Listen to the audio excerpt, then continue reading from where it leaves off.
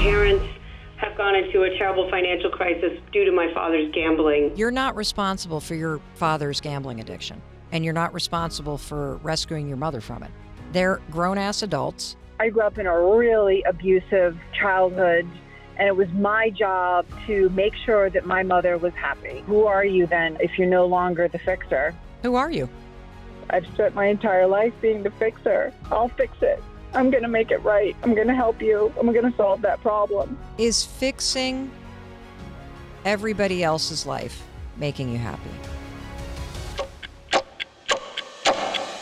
Hey, it's your friend Mel, and welcome to the Mel Robbins podcast. Today, you and I are doing something so cool. I'm so excited that you're here. You know what we're going to do? I'm taking live calls and I'm answering questions from your fellow Mel Robbins podcast listeners. I'm so excited about this because I have been wanting to talk to you live for so long, and today is the day. And I'm thrilled because the phone lines are already jammed. And here's what we're going to be talking about. We're going to be talking today about relationships, issues going on in your relationships, and specifically how you can use one of my all-time favorite hacks called the let them theory to handle any relationship issue that you have, whether it's with family or somebody you're dating or with friends or siblings or your spouse. Like, this is going to be so sick. And if you're brand new to the Mel Robbins podcast and you don't have a clue what the let them theory is, no problem. I got you. There is no person left behind when it comes to the Mel Robbins podcast, because I know you're taking time for yourself to listen. And so I always take the time to make sure that we got you. And so let me tell you what the let them theory is. The let them theory is just this simple hack.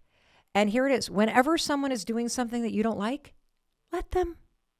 Here's how it works. If your friends are not inviting you out to brunch this weekend, let them. If there's a person that you're really attracted to, you've been dating for a while, but they're not interested in a commitment with you, let them. If your kids don't want to go to a movie this weekend, let them. If your parents don't want to come see you over the holidays this year, let them. If your spouse jumps ahead in the series you've been watching together, you know how they do that, let them.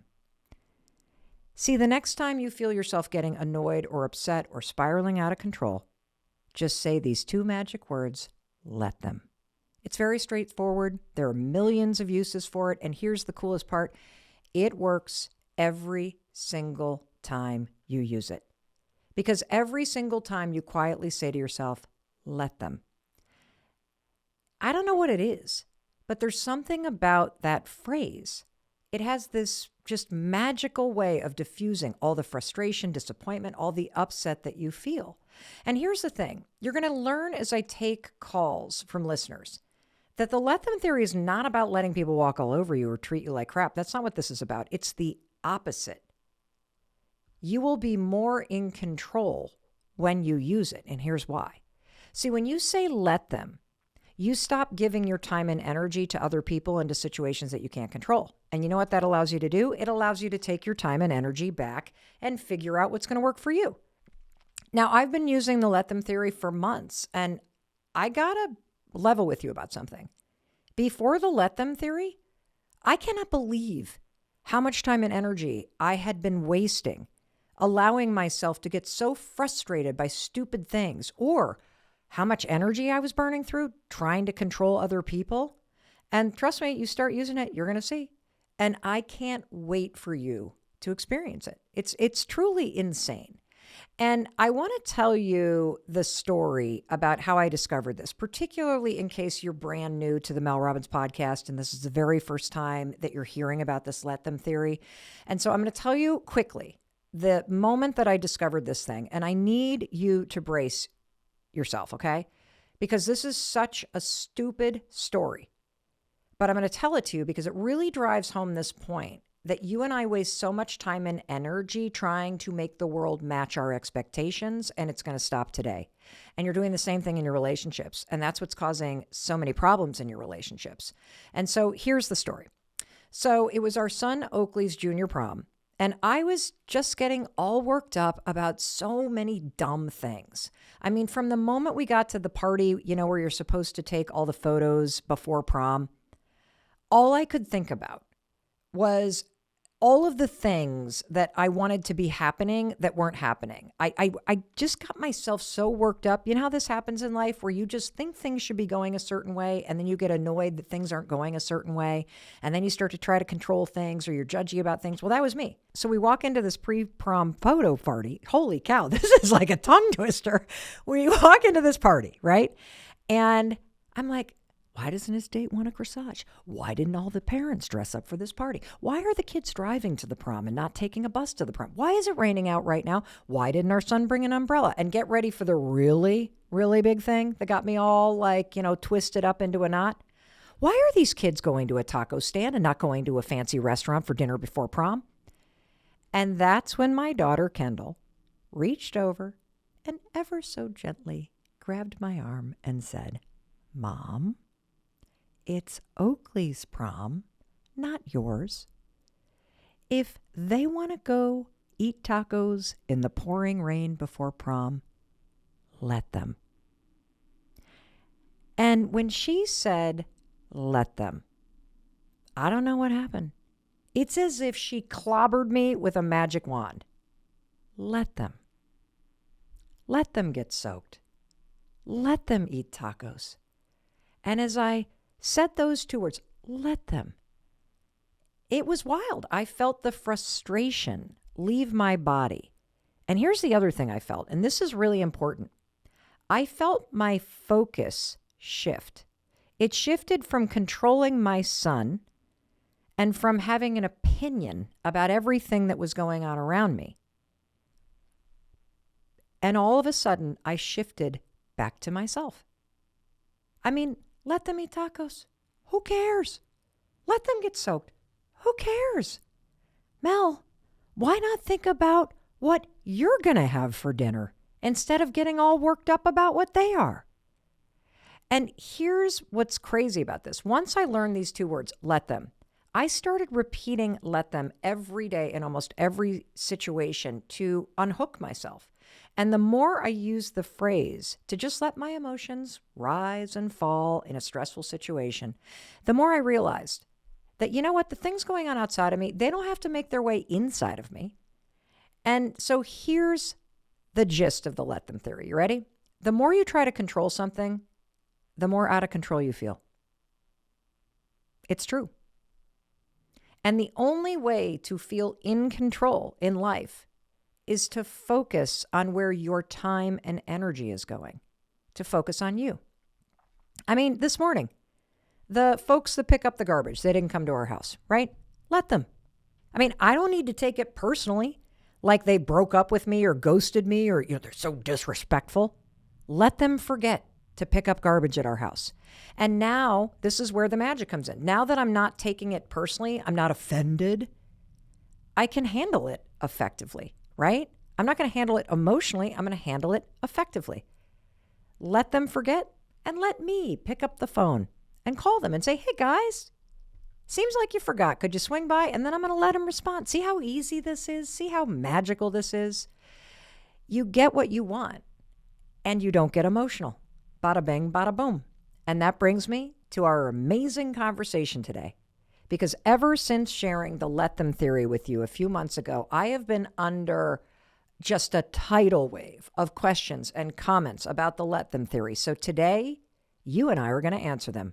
And to do that, we're going to go to a studio in Los Angeles where I am taking calls and the phone lines are jammed. And the very first person who is on the line is a guy named Daniel who's calling from Los Angeles. Let's go. Hey, how's it going? Good. What's up? Well, I just have a quick question for you. Sure. The let them theory, just a little background. Like growing up, I was always kind of like the peacemaker in our family. Uh-huh. And now that we're all adults, we're all moved out of the house, the conflict that arises between us still kind of makes me uncomfortable. Mm-hmm. And I've gotten good at like removing myself from other people's drama and not trying to like play the peacemaker in every conflict that comes up. Great. But it still makes me really uncomfortable. And I'm just wondering if, especially when, I visit home or they're calling me about each other, what do you suggest? First of all, I think it's really cool that you have the awareness of the role that you've played in your family dynamic. And I also think it's really cool that you have started to teach yourself how to take a step back. And here's what I would recommend, because the let them theory, when you use it in a situation with family, it's about unhooking yourself from the old dynamic and letting the conflict play out between family members without feeling the need to be the person who's responsible for creating the peace for everybody. So you're doing a great job with that. The second thing is, one of the reasons why you would jump in to try to keep the peace is because the conflict makes you uncomfortable. And so it does not surprise me that when you remove yourself from it, you are still feeling these unsettling feelings. And one of the reasons why you've always been the peacemaker, Daniel, is because when you step in and try to solve the problem, the discomfort that you're feeling internally disappears because you're focused on being a peacemaker. And so the opportunity of growth for you is to sit with that discomfort, to let the discomfort rise up inside you, and to notice, oh, here's that thing. This is what would normally turn me into a peacemaker. Instead, I'm just going to breathe for like 90 seconds. I'm going to remind myself that we have been a family that does this forever, and we will be a family that probably does this forever, and that I have decided in my life that I'd rather sit with this discomfort than insert myself into every single issue in our family. And so the more that you just notice the discomfort, you tolerate it, you tell yourself it's going to rise and it's going to fall, and they're adults and they can either figure it out together or they can call therapists and get a professional involved, but I'm done here. The faster that discomfort's going to go away. So that's number one. And I can relate to this because I, like you and like a lot of people, have always felt like it's my job to make my mom in particular happy. And anytime I felt like something was up, I felt discomfort. Like, okay, what can I do to make her happy? Just is the way that it is. And the more that I've used the let them theory to just let her have her own reactions, let her blow up, let her be uncomfortable, let her want to do something that I don't want to do, let her have her opinions. The more I've noticed, wow, I was really inserting myself a lot more often than I needed to. She's not really as unhappy as I thought. She's not sitting around waiting for me to solve this. I've just sort of done this to myself. And so it's been very liberating for both of us because you're involved in the dynamic. Let's get to the second part of the question. What do you do when they call you to gossip? Gossiping, Daniel, is a form of bonding. We strengthen relationships by complaining about other people. And there's a very big difference between gossiping, which is just venting or complaining about something, and sharing a frustration with the specific intention of problem solving and getting advice to resolve something.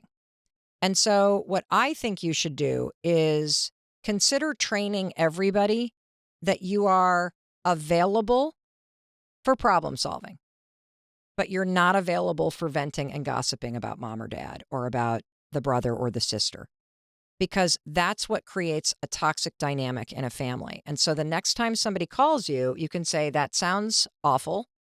And here's the deal. In order to protect the peace in my life and to hopefully make our family a little bit stronger, I've got this commitment that I just don't want to gossip about each other anymore. I am happy to hear you tell me what happened, and I'm happy to offer up some sort of solution. But I got to pull myself out of this gossiping dynamic because it's not great for our family and it's not good for you. And I just think it's keeping us stuck. And I want something more for us. How does that sound? Right. I mean, that's very helpful. I think a lot of the conflict is between my sister and my mom. And my sister and I have a lot of the same, experiences with my mom. So we fall into that habit of gossiping really easily. Yeah. Where we're, just reminiscing about things from the past that probably aren't relevant. Same. So I think that's a really, really good call out for me to just notice when that happens and take a step back. And here's, as somebody that did the same thing, and we all do this in our families, right? Is that the more I've used the let them theory to let my parents be who they are, let them have the discomfort or the opinions or conduct themselves the way they are. And the older they get, the more set they are in their ways. It's a fact of life. The more I'm realizing that I feel that my story about who my parents are or the gossiping or the complaining kept me stuck in an old dynamic. And that the second that I just kind of use this mode of acceptance, they've been this way forever. It's not my job to change them. It's not my job to make them happy. They are functioning adults. The more I realized, wait a minute, they're actually pretty happy. They're like, I'm creating a lot of drama that is unnecessary. And when you unhook yourself, Daniel, I want to offer up a really beautiful possibility. You also create space for someone to show up differently, because the dynamic of drama in families always has multiple players involved. And the second one person is like, I just am not going to participate in this, the person that is stirring the drama doesn't have anybody to stir it with. And your sister can call you and say, can you just help me talk through a response that's not emotional? Can you help me unhook myself? That's a different conversation than, boy, she was such a bitch. Remember that time? You see what I'm saying? The tone and the intention is different. And I would absolutely forward her the Let Them Theory episode, because both of you using it together will profoundly shift the dynamic in your family overall. Okay? Amazing. You're amazing. You got this. Well, thanks. You're welcome, darling. I appreciate your time. I appreciate you. Hey, Jennifer from Baltimore, you're on. Hi, how are you? I'm great. How are you? Good. Your Let Them theory has really been life-changing for me. How so? I recently left a 21-year teaching career to write a novel, something I've been wanting to do for over 30 years. Wow. And I know. And it was with the support of my wife, because obviously I'm not bringing in income because I'm writing all day, every day. I'm wrapping up my last chapter of my first draft, which is exciting. People have been very opinionated about this whole transition, most of it good. With my mother-in-law, it hasn't been as positive. Okay. My son, who's 11, had told her back in June I had quit my job. And I hadn't told anybody, but he's 11. Yeah, her response was, that's crazy. This is ridiculous. And my son, who's my biggest cheerleader, said, it's not ridiculous. I think it's great, which is very heartwarming. But as time went on, I haven't had any contact with her. And apparently she had talked to my wife and was a little upset about the whole decision. So I'm trying my best to be in that Let Them theory with her, but I haven't seen her since. How long's it been? It's been, I think it was back in June that I saw her, around the time that my son had told her. Okay. So it's been many months since you've seen your mother-in-law, who was extremely critical of your decision to quit your job and pursue your dream of writing this novel. Right.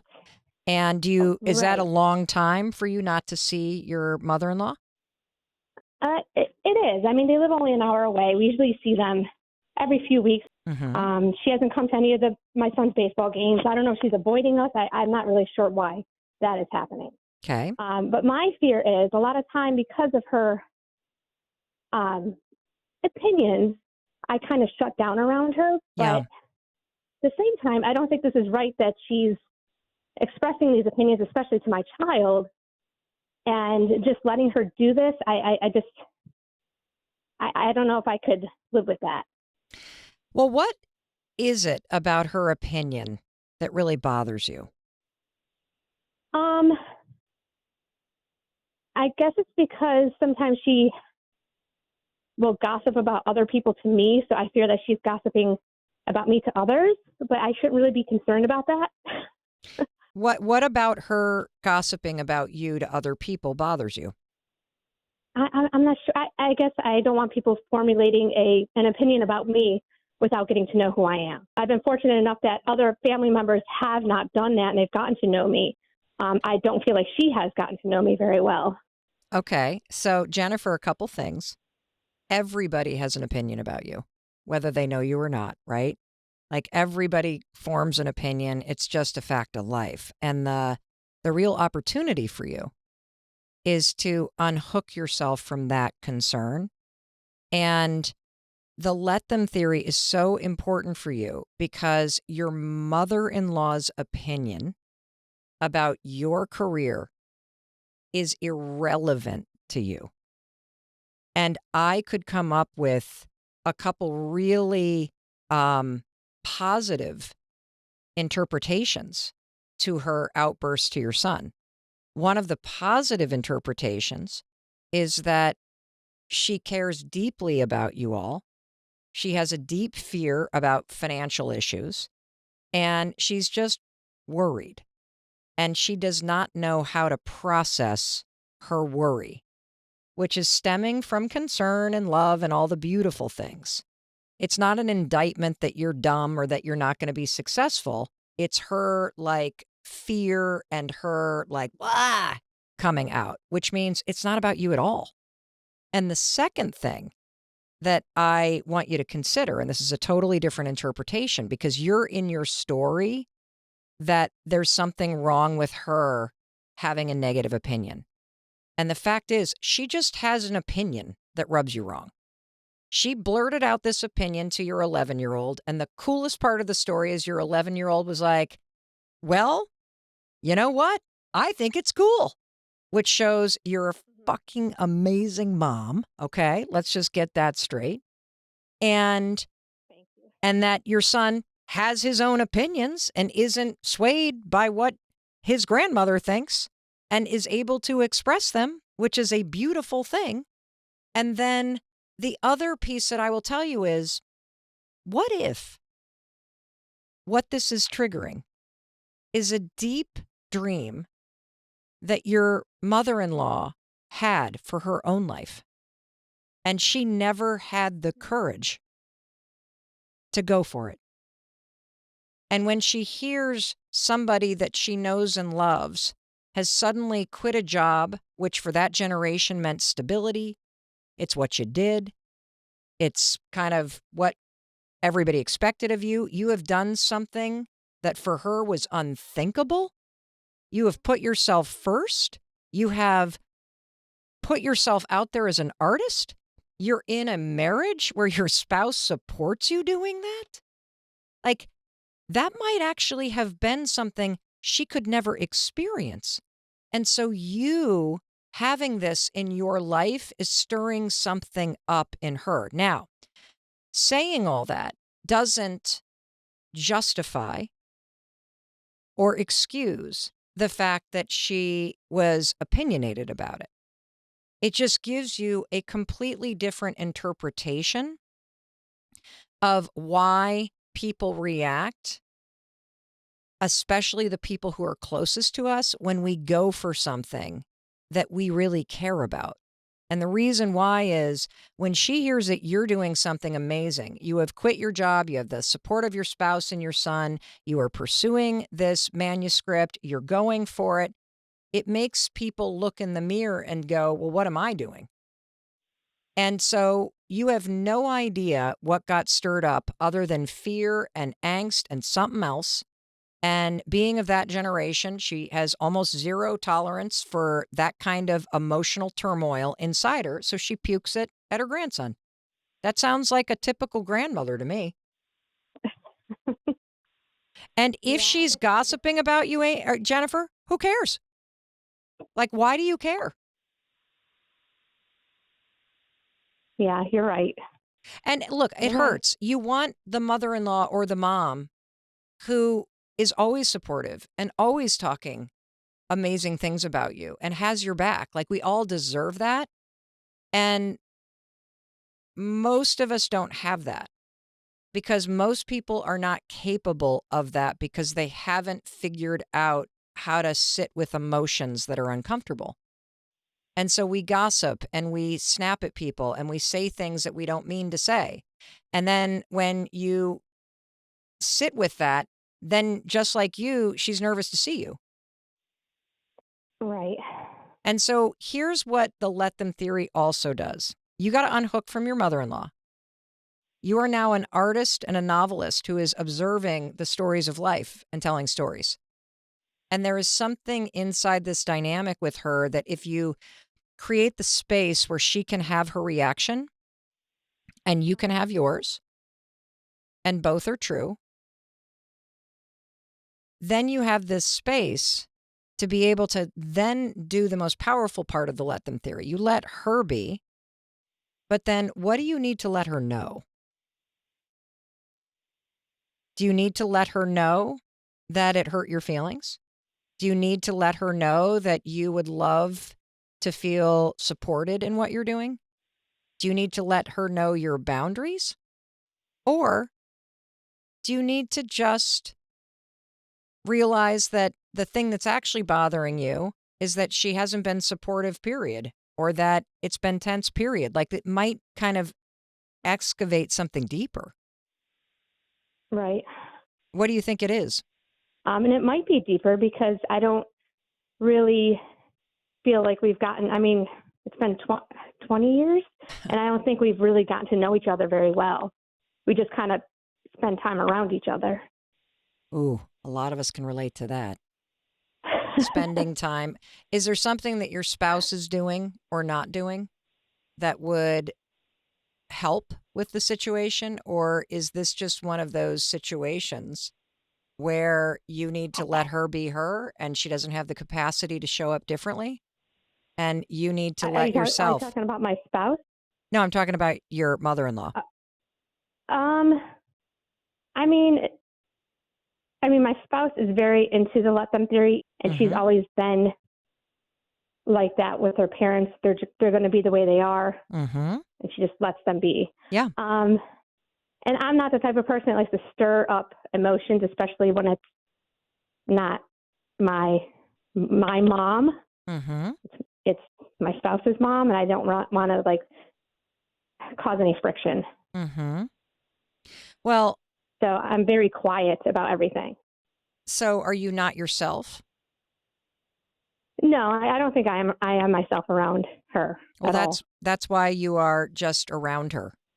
And the question is that in order for you to shift the relationship, you have to do two things at once. One is you got to give your mother-in-law the space to have her opinions and to get her feathers ruffled and to get upset about things and to not get hooked into it. And you must give yourself permission to show up as you. And I think that's what ultimately is bothering you, is that you're realizing that you have been just protecting the peace in this relationship. And in doing so, you have started this war with yourself because you know you're not yourself around your mother-in-law. Right. And that's something that you can shift. It doesn't require you to like express boundaries necessarily. It just requires you to show up a little bit differently, more of yourself. And you also have within you the right and the ability to make requests of your spouse around the way that you could be supported better in this relationship. Okay. Okay? Is that helpful? It's very helpful. What did you get from that conversation?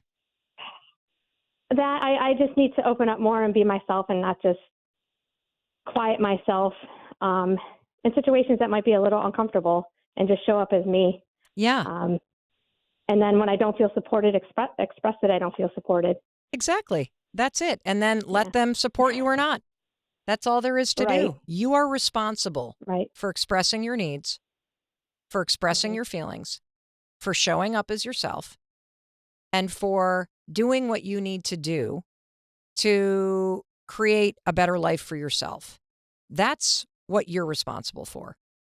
Other people are responsible for their emotional reactions, for their feelings, for their boundaries, for all of that.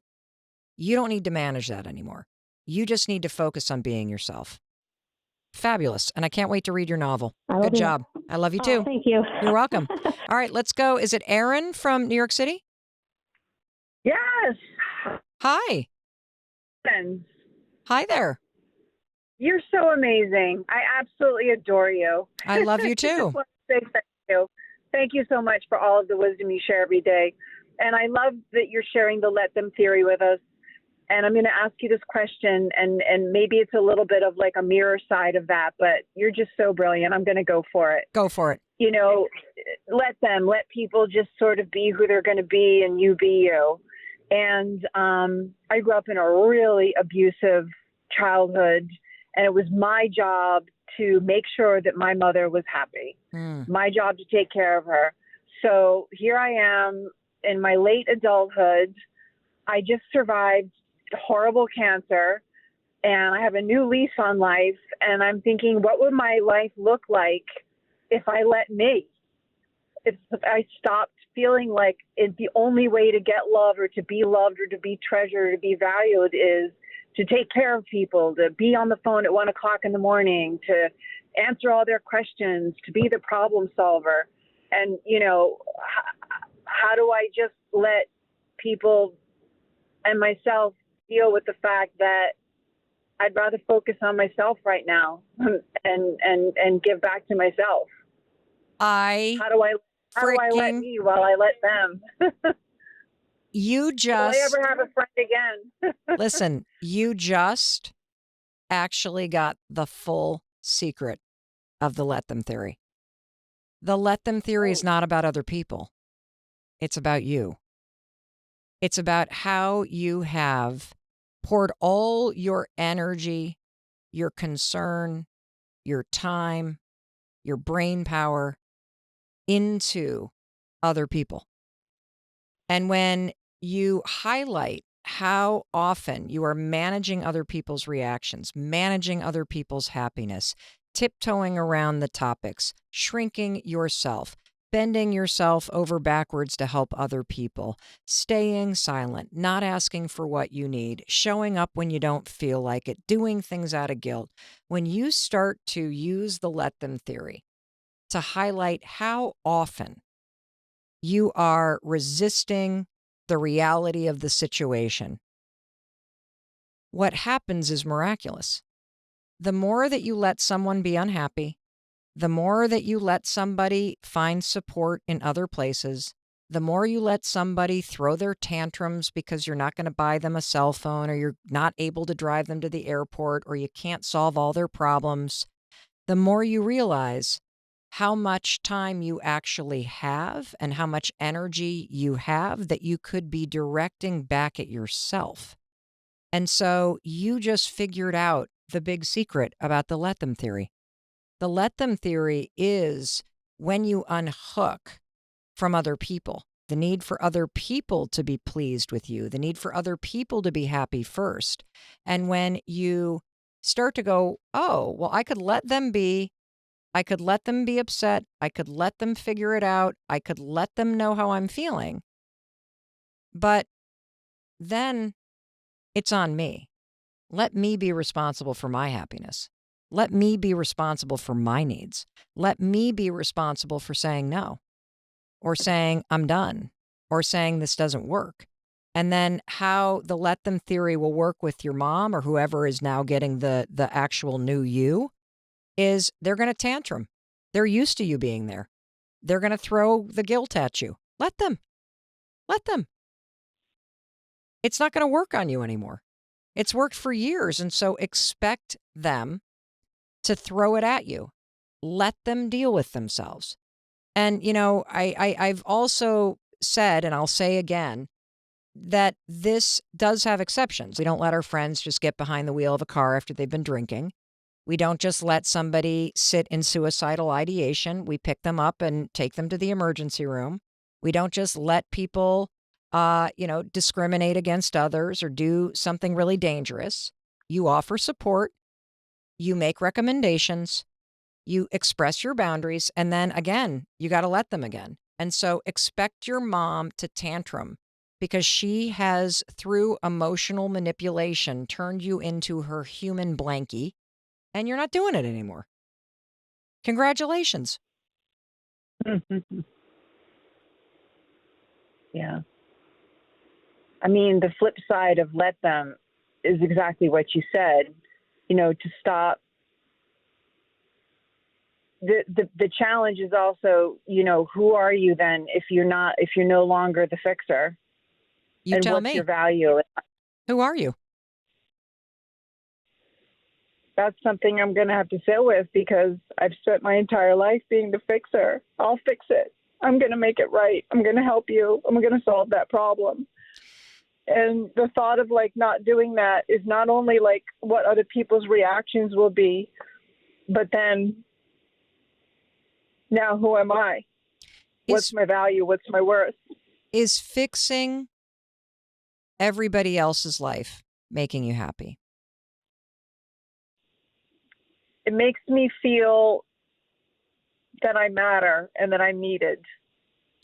Okay. And so, like I said, the flip side of letting them, which is I don't do that anymore. I've even been telling some of my girlfriends who've had the same boyfriend problems for years and years, I love you so much, sweetheart. I'm just not up for the boyfriend conversation anymore. Great. If you want to ask about, anything else, but just no more boyfriend troubles. I'm sorry, please get a therapist or find another girlfriend. I'm a little burnt out on the boyfriend problems.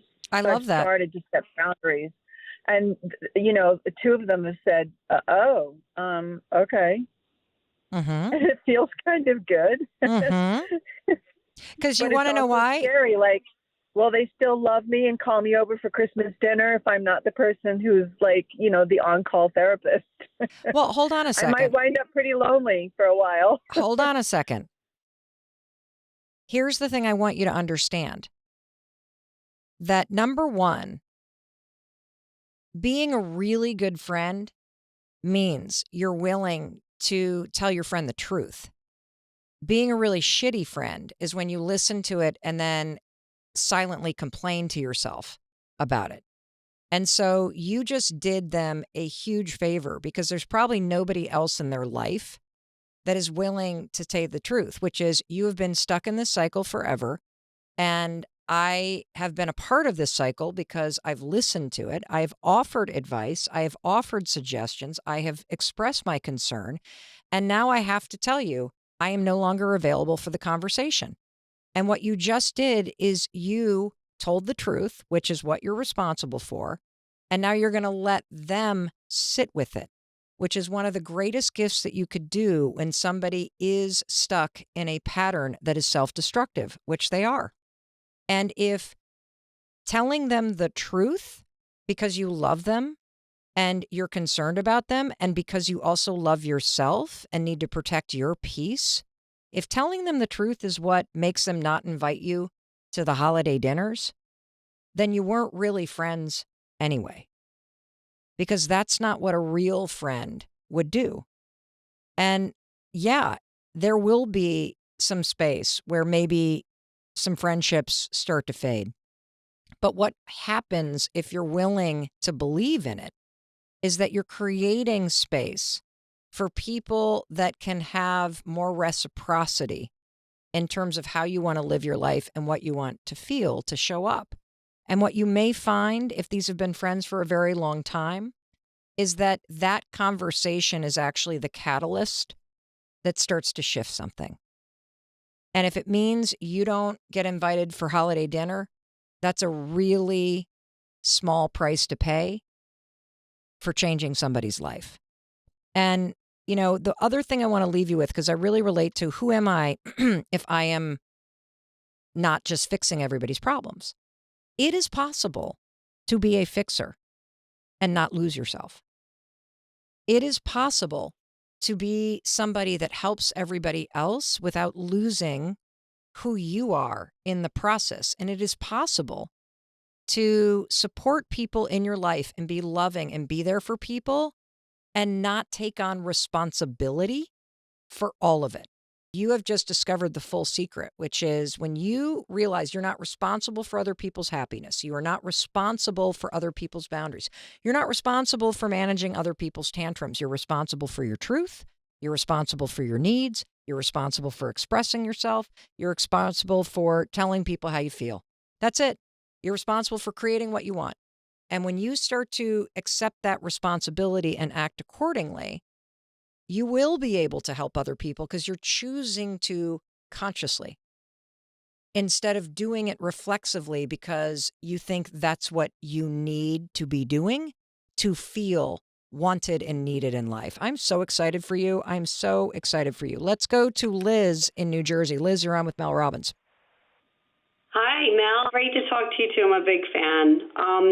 My question for you today is I have dealt with this lately, actually very recently. My parents have gone into a terrible financial crisis due to my father's gambling. And I had to take a back seat to it all. I had to put some distance, like about a few weeks. But every day in those few weeks, I felt like tightening in my chest. I felt like I didn't know what to do. So I finally wrote them each a separate letter, begging them to, try to get some help. As soon as I hit the send button on that letter, I felt better immediately. Why do you think? I guess because I spoke my piece. I spoke my truth. Yeah, you're not responsible for your father's gambling addiction, and you're not responsible for rescuing your mother from it. They're grown-ass adults, and even though you feel like the parent instead of the child in this situation, and even though you love them and your heart aches for them, and you know that any addiction is just masking a deeper issue that your father hasn't dealt with and that your mom and dad haven't dealt with in your marriage, it's not your responsibility to bail them out. It's not your responsibility to change it. It's not your responsibility to do anything except to love them and to be there however it is that you can be there to offer support or offer recommendations. But when we step in and feel the responsibility for bailing somebody else out, we also rescue them from, and we rob them of the opportunity to face the things they didn't face.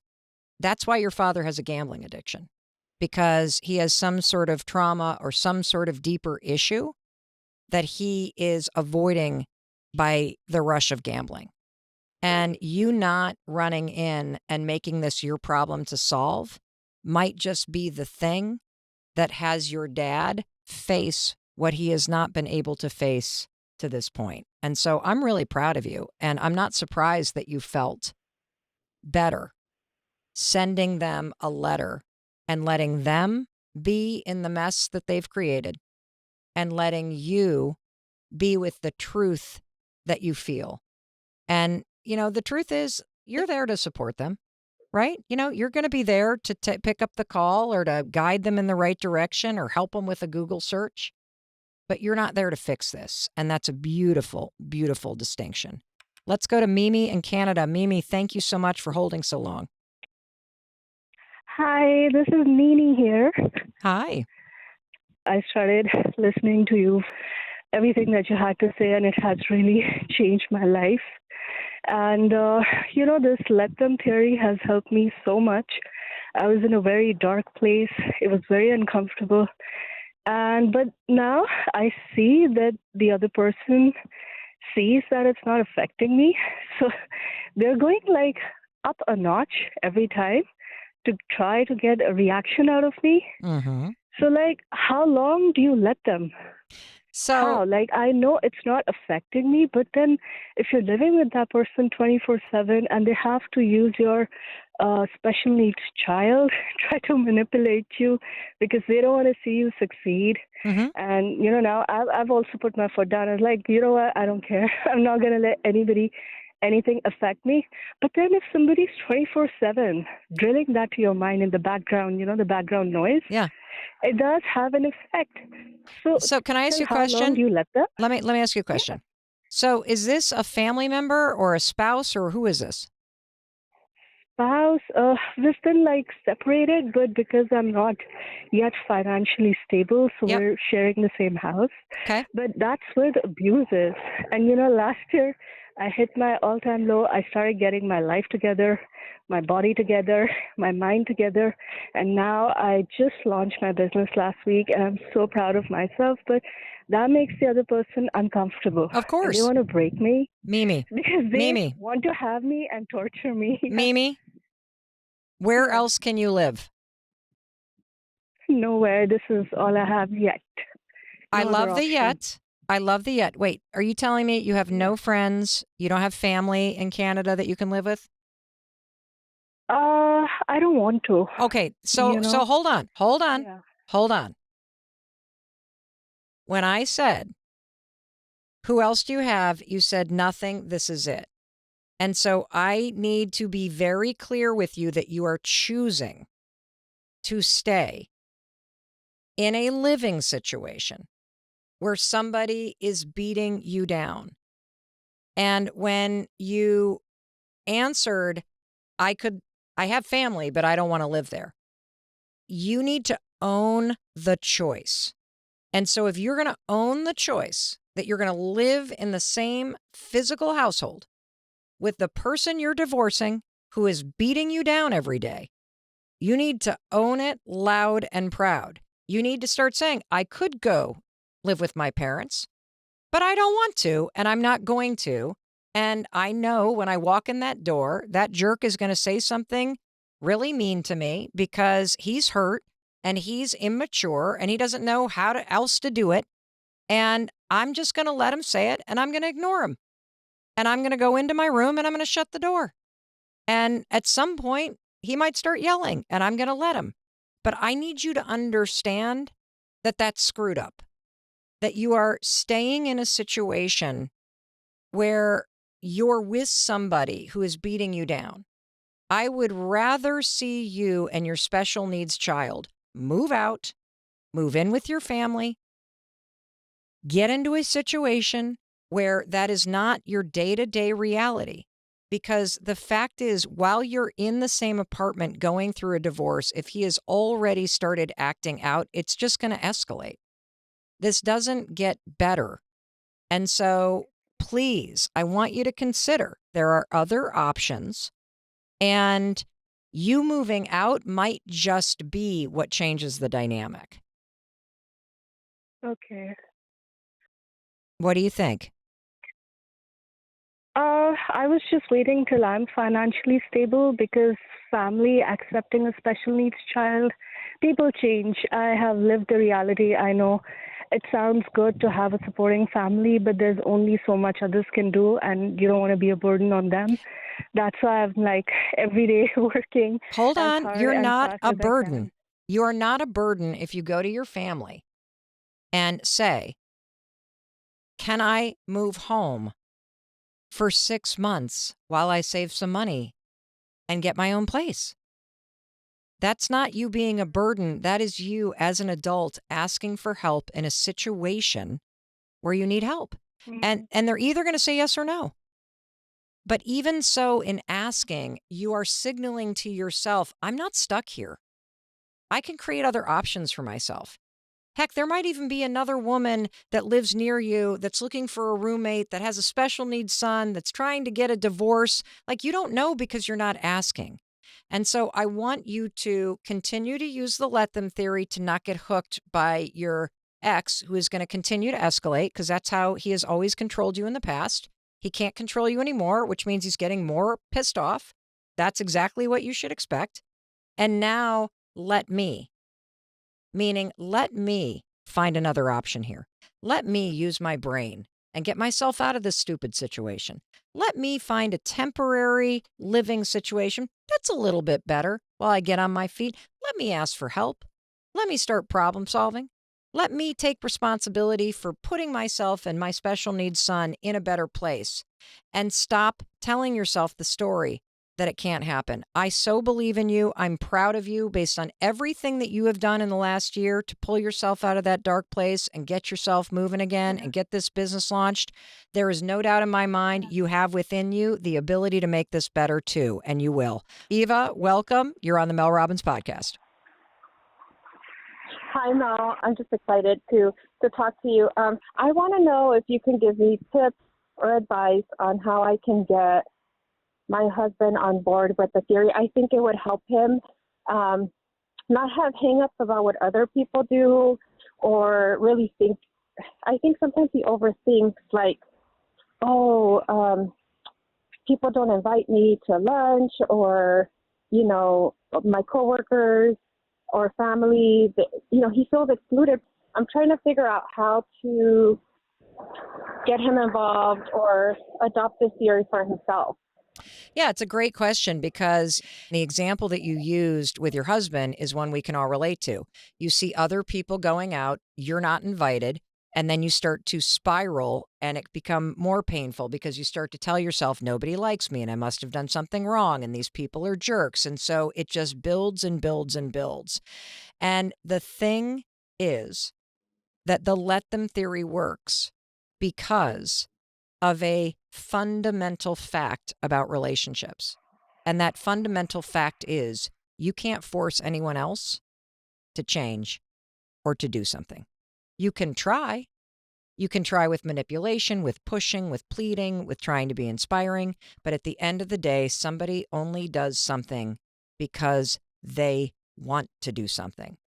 Tell me more about why you're worried about your husband and the stress or the pain he's causing himself by being focused on other people's drama or what they're doing.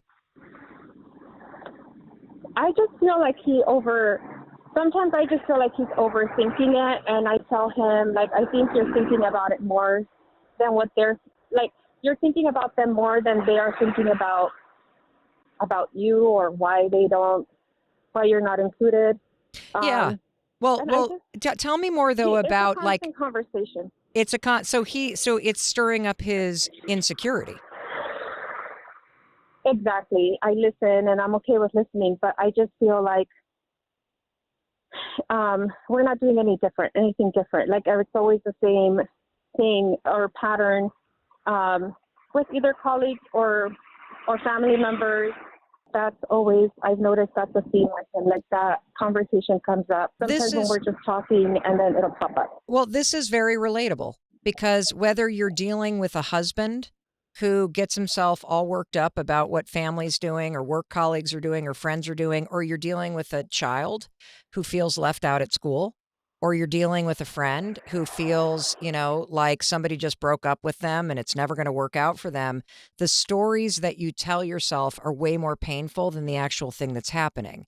And the danger here, and you're witnessing it happening, is your husband is now stuck in this pattern that people leave him out. And he's stuck in this pattern of seeing all the places where he doesn't belong. And part of the reason why these patterns are so painful is you get stuck in the pattern and you don't realize you actually have the power to change this dynamic. And what you said earlier is also true, that he's thinking about it more than the people who are out to lunch, because you know what? They're not thinking about him at all because they didn't invite him to lunch.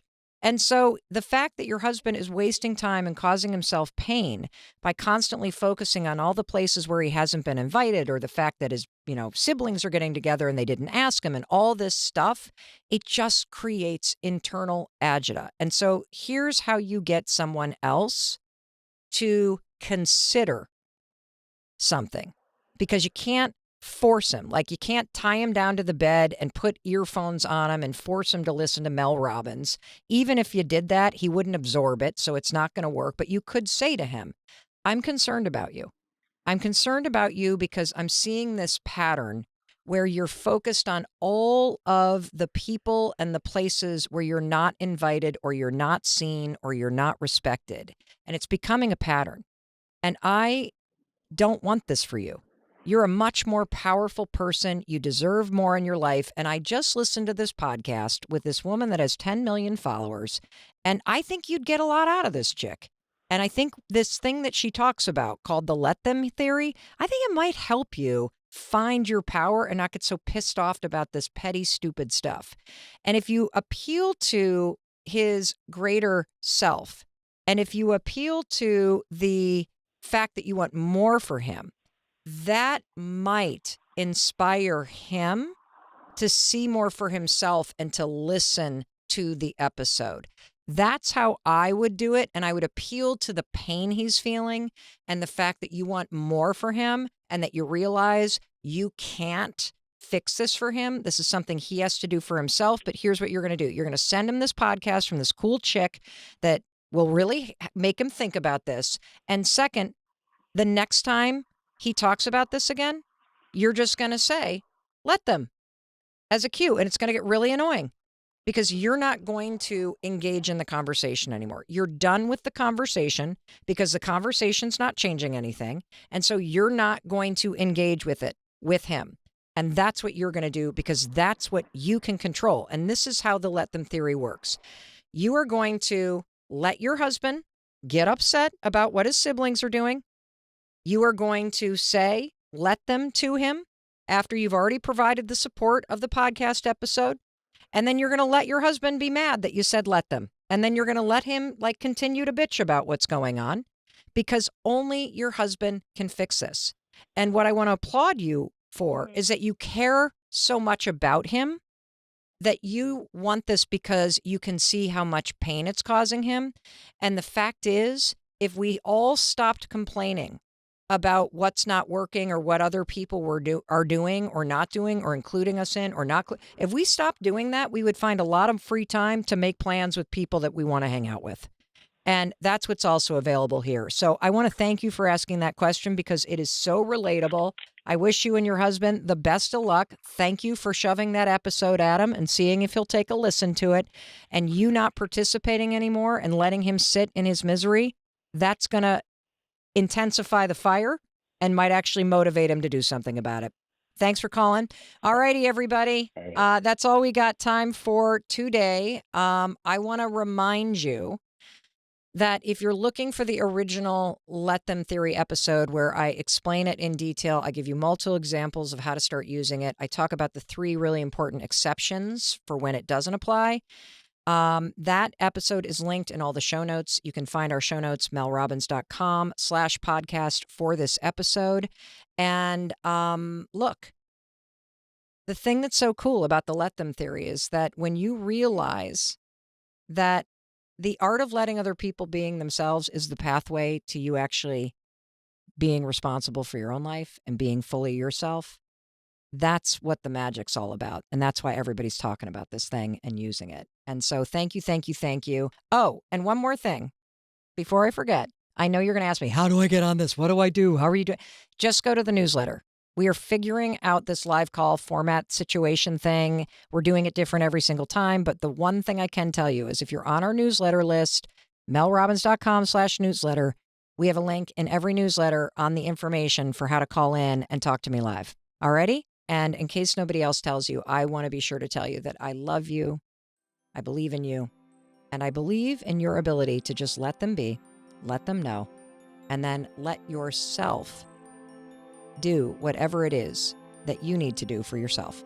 Alrighty, I'll talk to you in a few days. Thanks for watching here on YouTube. And if you loved this episode of the Mel Robbins podcast, you're going to want to watch this one next. It's awesome.